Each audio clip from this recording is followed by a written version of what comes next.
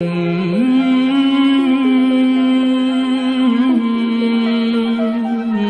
alaikum.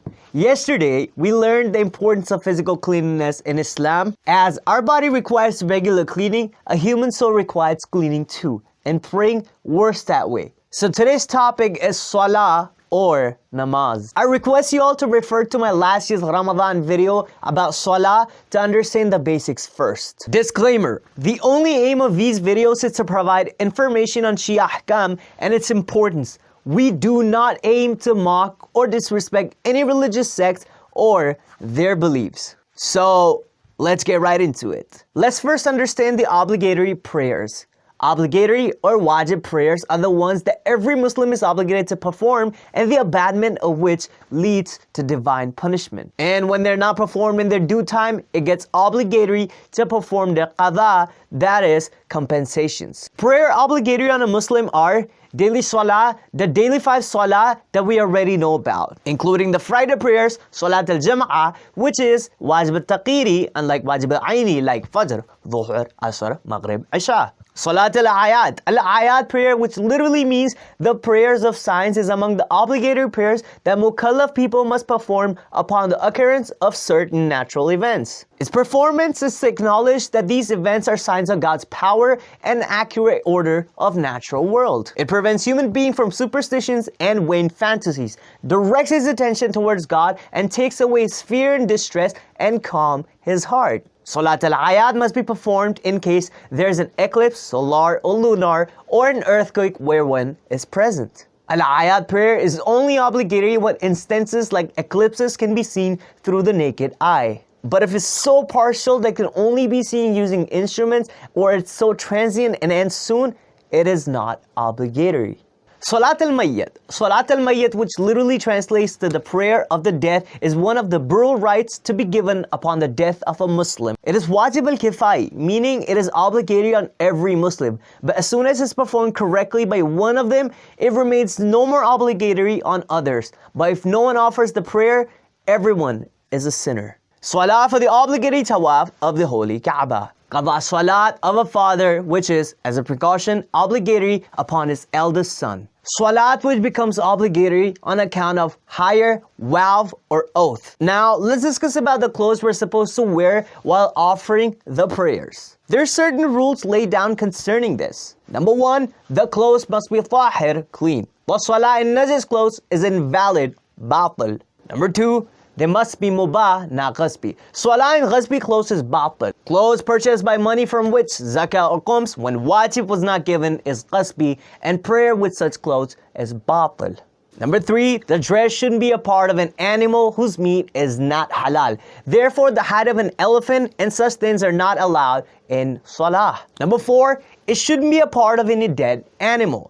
Meat, hide, and fat are not to be taken from a dead animal unless it is known that it was a dhabha, lawful killed animal. Therefore, leather belts or similar items are not allowed in salah. Number 6, it is not allowed to pray in clothes which have the sweat of an animal which eats refuse of human beings. Number 7, for men the clothes should be made from gold, whether it's pure gold or mixed, but there's no harm in keeping gold in pocket. Number 8, likewise men are not allowed to wear pure silk. The conditions to dress wajib for both men and women during salah includes covering only those parts of their body which they're supposed to cover ordinarily in the presence of a stranger. Hence, it is permissible for women to expose during salah that part of her face which is washed during wudu, her hands up to the wrist, and her feet up to the ankles, both the back as well as the palms of hands and the soles of feet. For a man, it's wajib to cover the rear and the private parts,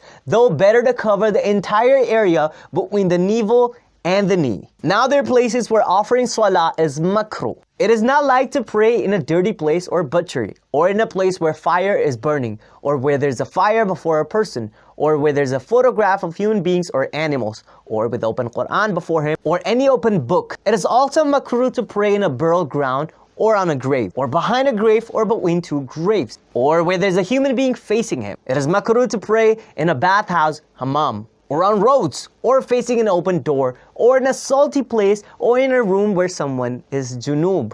It is certainly obligatory that a person, while offering salah, that he prays in the sequence prescribed by the Sharia, tartib, and without any interruption or gap, mawalat.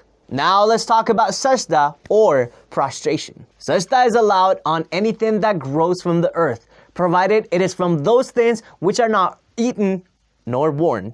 Therefore, sajda is not allowed on clothes or on fruits or on vegetables or on such a thing that is not considered a part of earth, such as metals like gold and silver. The sajda is not correct on hide or skin because it doesn't grow from the earth, nor it is allowed on carpets made of wool, cotton, jute, and silk, because wool and silk do not grow from earth, and cotton and jute are used in clothes. Sajda on paper is allowed. Highest profit has been given from performing sajda on the earth from a specific area in Karbala. That earth is called Khak-e-Shafa. Ready-made tablets of which are available and are called muhr or torba or sajdagaha in different languages. The muhr must be clean. Dirty tablets are not allowed in prayers. Also, the size of muhr should not be less than your own thumb. The obligatory sajda in the Holy Quran, upon reciting or hearing any of the following verses of the Quran, the performance of sajda becomes obligatory. Surah Sajda, verse number 15. Surah Fussilat, verse number 38.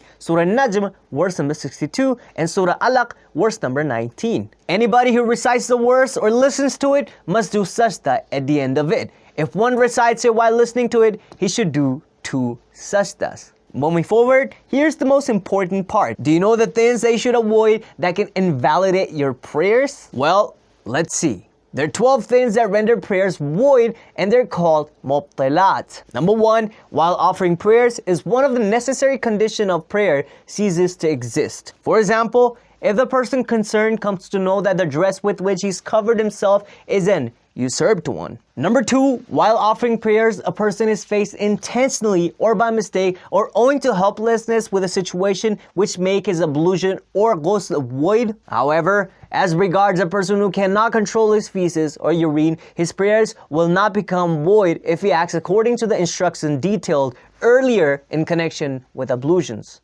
Similarly, if blood is discharged from the body of a mustahida, a woman in her undue menses, while she's offering prayers, her prayers will not become void if she acts upon the orders relating to istihada. Number 3, if a person holds his hands with the intention that it's part of prayers, his prayers will be nullified by doing so. In case, however, he doesn't do so with the intention but only as a mark of respect, he should, on the basis of obligatory precaution, reoffer the prayers. Number 4, next thing which nullify prayers is that one says Ameen without the intention of supplication or considers it to be a part of prayers.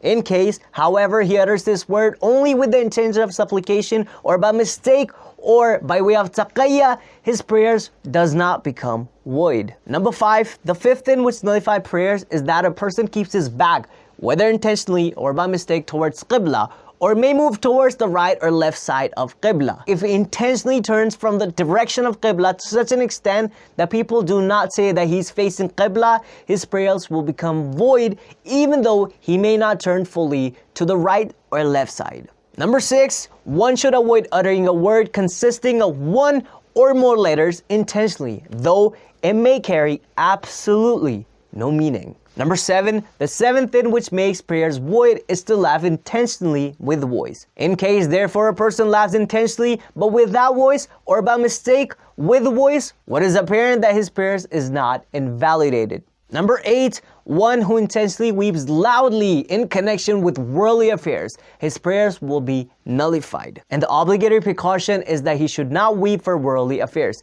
even without voice. However, if we weep with or without voice on account of fear of Allah or for the hereafter, there's no harm in it, and in fact, it is one of the best acts which a person performs. Number 9, one who performs an act which may destroy the form of prayers. For example, clapping one's hands or jumping, his prayers will be nullified. And it is immaterial whether the act is done intentionally or by mistake. However, there's no harm in performing an act which does not change the form of prayers. For example, making a sign with one's hand.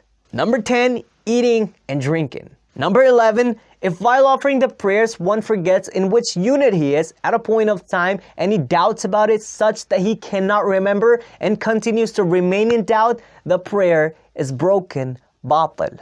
Number 12, if a person decreases or increases the basic or non-basic elements arkan of the prayers either intentionally or inadvertently, for example, bowing into prostrations in one unit, his prayers will be nullified.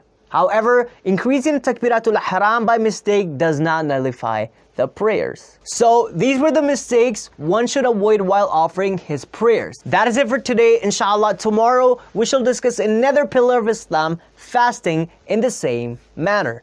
Until then, wassalamu alaikum wa rahmatullah. Allahumma salli ala Muhammadin wa ali Muhammad.